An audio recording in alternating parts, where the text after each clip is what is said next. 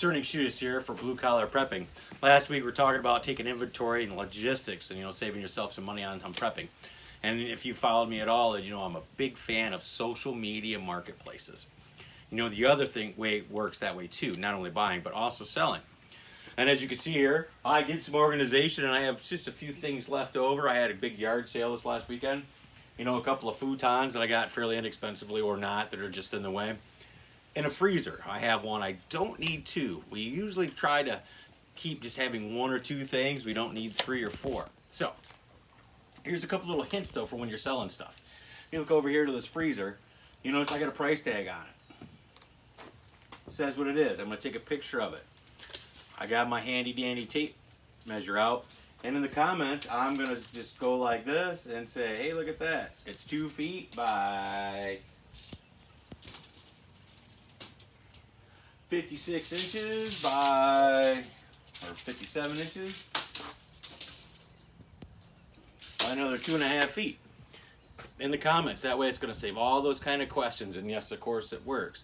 Therefore, I don't have people constantly just bothering me, and the people that are just kind of just asking questions just to ask questions to be relevant. Save yourself a lot of time.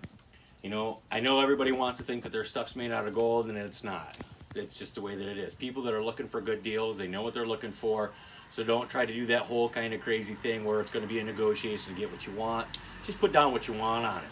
Be realistic. Look at around the other marketplace. Sometimes people have a few nicer things than others. Be honest. Be objective, not subjective. The stuff will move quickly. You'll have a lot more space, and then you'll have a little bit of cash left over or to invest in your next project. Speaking of projects, a lot of what I've done here for Blue Collar Prepping is all about, hey, I tried to do this or I did that hack. But when I started, I did a couple of things. One, it was mostly about, your dream prepper vehicle. And we're going to cover that next week, a little more realistic dream prepper vehicle that I have in this garage. In addition to that, we're going to go back to some of those basic ideas of do-it-yourself projects. Granted, it's blue collar. Some of it's going to be awful Frankenstein looking.